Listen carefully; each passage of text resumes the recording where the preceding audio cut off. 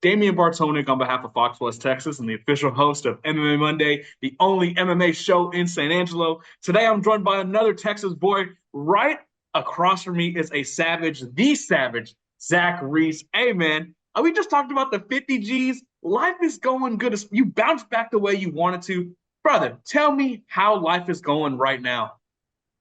Yeah, bro, it's going great, man. I mean, this has been a dream of mine. I remember, watching pay-per-views as a kid and stuff and being fans of these guys. And, it's been a lifelong dream to get in the UFC and get that first UFC win. So, yeah, I'm over the moon. I told my wife, I was like, 50 G's, baby, right away.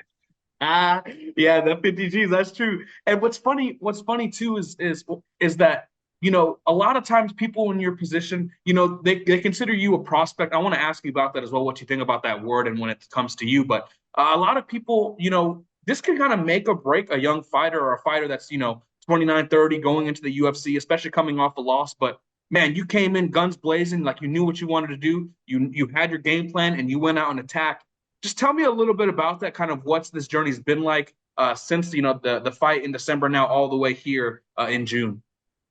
Yeah, it's been a hell of a ride, man. I mean, from my regional fights in Fury, all quick finishes. I get the Dana White Contender Series fight. We go out there, we get another quick finish. I get the UFC contract, and I'm just over the moon. In the UFC, actually, they filmed a Contender Series on me. So they flew a camera crew out to Thailand, filmed some of my training camp out there. They came to Houston and Shiner. And then so they filmed the whole lead up to that UFC Austin card against Brundage. And, my first day back from Thailand, it was about a month out. I pulled my quad and I ended up with a bunch of swelling around my groin and my knee. And, for at least a week, I couldn't even really walk on it. So I sat in my gym at the house on a bench, just punching my bag, sitting down, just to try to keep my cardio up and try to keep my weight good. And there's no excuses, but that's just fact of the matter. Like I was kind of compromised. That whole last month of training camp, I wasn't able to spar. I wasn't able to roll. The first time I had rolled in that whole month was, the shakeout the morning of the fight. And, I just know I could beat Cody Brundage and my timing was just off. And that's just the game we play, man. It's a game of inches. It's a game of milliseconds. And to lose, yeah, it sucked. It was devastating. I separated my shoulder when I got slammed too. So on top of the loss, I had to sit on it, for 2 months. It was really 3 months before I was like 100%. So coming out here, I went back out to Thailand to kind of kick off my camp. Then came back and finished it in Texas. And I was really excited that I was able to show like what a healthy Zach Reese can do and is capable of. Yeah, I was actually media for that fight at UFC Austin. I was there. Talk a little bit about making that UFC debut in Austin. I know Houston's about 2.5 hours, 3 hours. Well, depending on the traffic, because man, every time you go around Yeah. Katy, bro, it's always a pain. Tell me a little bit about starting out in good old Austin, Texas, man. Yeah, bro. So I'm from Shiner, Texas. So it's Mhm. actually the closest I've ever fought. I mean, it was only in about, less than an hour and a half from my house. So, man, up until the loss, it was actually awesome. I loved every bit of it. Even in fight week, they get us to the hotel room. I was coming home and sleeping in my own bed, so just being that close. And obviously the result was super disappointing. But up until that moment, man, I felt like I was really living into the moment. I wasn't overwhelmed by the crowd. I loved all of it, man. And I was able to encapsulate that too, in Louisville. So I really don't want to fight on Apex cards, man. I want to fight in the crowds in front of thousands of people because I really feel like I feel at home, and I feel like the pressure doesn't get to me. It actually makes me stronger. So yeah, it was amazing. I know I got a big roar from the crowd being the Texas guy walking out to Johnny Cash, but Oh yeah, I yeah. can't wait to write that loss again and when they come back to Texas, fight on that card and put it on. Yeah, no, when you came up with that Johnny Cash, man, I was like, man, obviously I'm supposed to be unbiased, but man, I would love to ask you about that Johnny Cash, man. I mean, that's just a legendary walkout, especially when you're in Texas. And I talked a little bit about the word prospect, right? A lot of people look at you like that. So when you hear that word and people describe you like that, do you take that as a slight? Do you take that as kind of like a reality of the position you're in, or kind of how do you view yourself, being 7-1, having a couple fights in the UFC, and also fighting on the Contender Series? Yeah, I think prospect is a compliment. It's some to me what it means is a guy that there's unknowns to, but people see a lot of potential in. And after the fight, I kind of watched a lot of breakdowns and stuff and people's picks of this fight against Julian, and people were still high on me. They were throwing around the word fluke, which I don't really like to do, bro, because it's a fight. It's all a game of inches and it's all super high stakes. But I think people still saw my potential, and the knock on me has always been like, well, I wonder if he has cardio.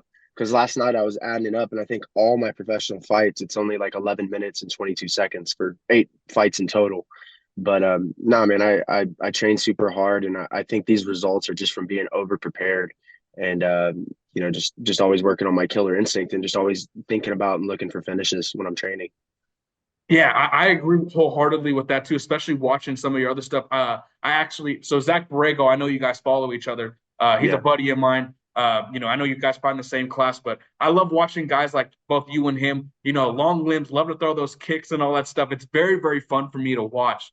And I also want to ask about this because I know you mentioned, the UFC camera crew went out to Thailand and stuff like that. Bro, I gotta ask you straight. What's a Texas boy doing out there, man? How is it like out there? How's life been for you out there whenever you train out there? Man, I absolutely love it out there. It's funny, bro. I always bring my cowboy boots and I'll put them on sometimes, dude. And the locals will look at me like, "What in the hell is this? Where did this guy come from?" But yeah, bro, I love it out there. People. It actually there's a lot of parallels with I think like Texas and that people are like they work really hard and they're just really kind, God-fearing people. And yeah, I love Thailand. I'll continue to go out there, God willing, as long as I can. Definitely as long as I'm fighting. I miss my family when I'm gone, but I'm used to that because before I made it to the UFC, I was working in the oil field, so I would literally go work 2 months straight, completely straight, away from my family, sleeping in a hotel. Um, sometimes around San Angelo, a lot of times in New Mexico actually. But so yeah, bro, I'm used to that kind of sacrifice, and I think to be a man is to sacrifice. You just kind of have to pick what you're going to sacrifice. Oh, wholeheartedly. I agree with that 100%. And whenever you said you were working on the oil fields, was that were you like a 30 days on, like week off, or what was that? What was that schedule like for you? Or was it a full 60 days on and then you get a week off? What was that like?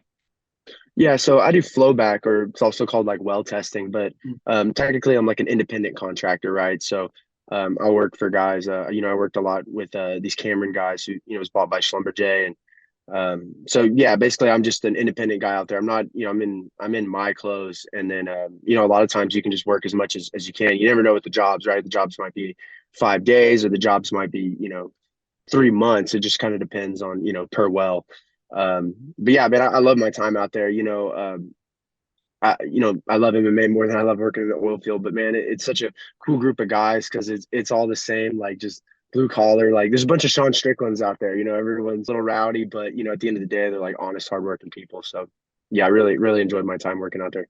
Oh, and that's the thing too, man, is I think that's probably why Strickland did really quick on him, why a lot of people like him is there's a lot of people like Strickland, especially when you kind of branch out in that career field and stuff like that. I have a couple buddies that work in the oil fields out in North Dakota, and they're on, 15 days on, 3 days off, they're on a schedule like that. So Yeah, I know how taxing that can be from afar. I'm too pretty to be in the oil field, my friend, so you're, I can't tell you yeah, that I can do you're it. probably too smart and too educated. That's what I always joke about. And it's oil field is never anyone's plan A. But you get out there and you're like, I'll work with some cool dudes. I can't really get fired, if I work hard. I can pretty much say Yeah, whatever I want. So yeah, absolutely. it's awesome, man.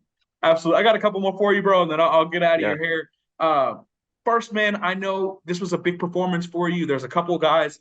I feel like you're maybe one or two fights away from actually being ranked. I think you're right on the cusp, even though you're young in terms of your record.